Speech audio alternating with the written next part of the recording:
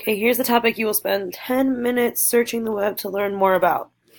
When there is an outbreak of dangerous contagious disease such as Ebola, what are the pros and cons of locking down the area, city, town, county, or country, and forbidding all movement of people in or out of the area?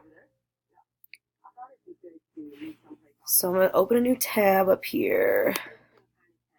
Let's go to Google, my search engine of choice.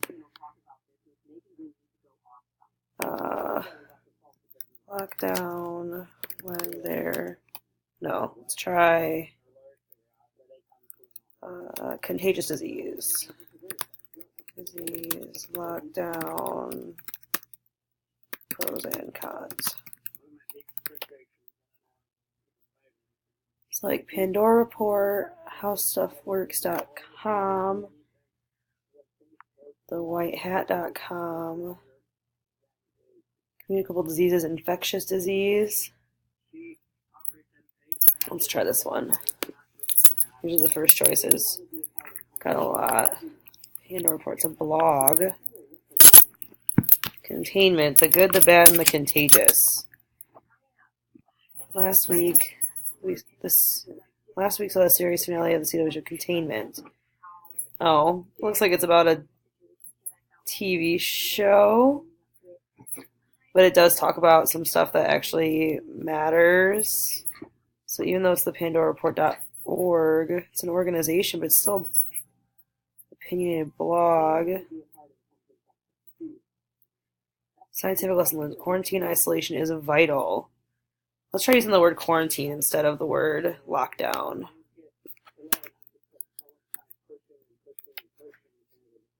Debate issue. Should we quarantine people who have been exposed? Let's try this. I'm opening a new tab. Just have to keep pressing the back button. So debate.org. Where who these people are. Should we quarantine people who have been exposed to Ebola? So the question. So this looks like a very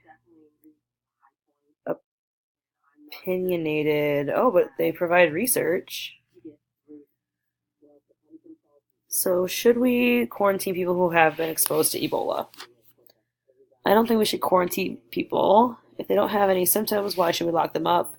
It's also against individual civil rights to quarantine someone. I want to thank my opponent for instigating this thought-provoking debate. To start, I'll provide some definitions for key terms found within the resolution, followed by my opening arguments and ending with rebuttals for the arguments raised by the cons. So they provide where they got the definitions from. And they have a pretty long argument here. In this case, it will ensure to understand the standards in place when that thing in question is justifiably quarantined. I see no resolution. Quarantine individuals suspected or showing signs of this highly fatal and destructive virus.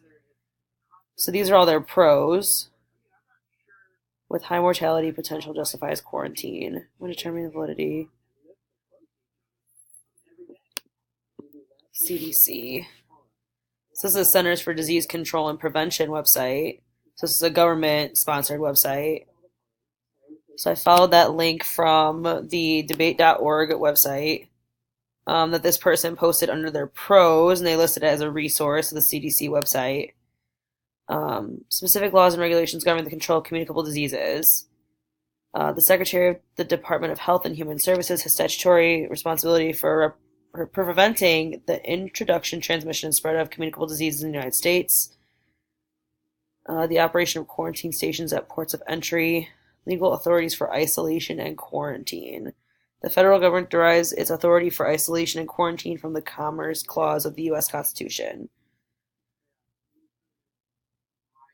United States federal laws and regulations for control of communicable diseases. The United States Code is a consolidation and codification by subject matter of the general and permanent laws of the United States. Of the following portion of the code apply.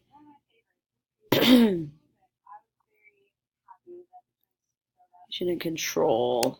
Let's look at the regulation and control information. Apprehension, detention, or conditional release of individuals. Regulations prescribed in this section shall not provide for the apprehension, detention, Application of regulations to persons entering from foreign countries. Preemption. This is not pros and cons, though. This just tells me what the CDC says. So let's go back to this. Vaccines, pros and cons. I'm not looking at vaccines. Ebola quarantines ignore experience and trample freedom.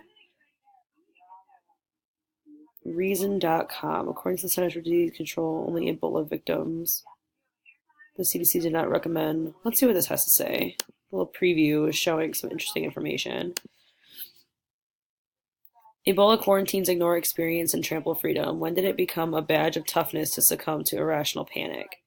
So this sounds like they're against quarantining for contagious disease. I am a faithful and loving husband to a wonderful woman. Hugging. I would hesitate. So this looks like a article post on this reason.com website.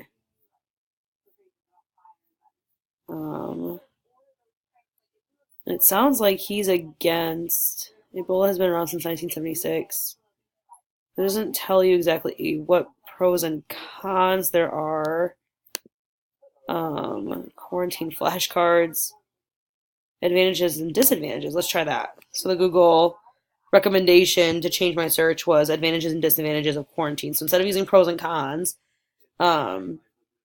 advantages and disadvantages. The disadvantages of quarantines, costs and benefits. One of the benefits of a quarantine. So I can use this one. This is disadvantages. To quarantine or not to quarantine. This is an NBC News option. So I'm going to open that one. What are the benefits of a quarantine? So here's pros for quarantine. So I've got pros, disadvantages.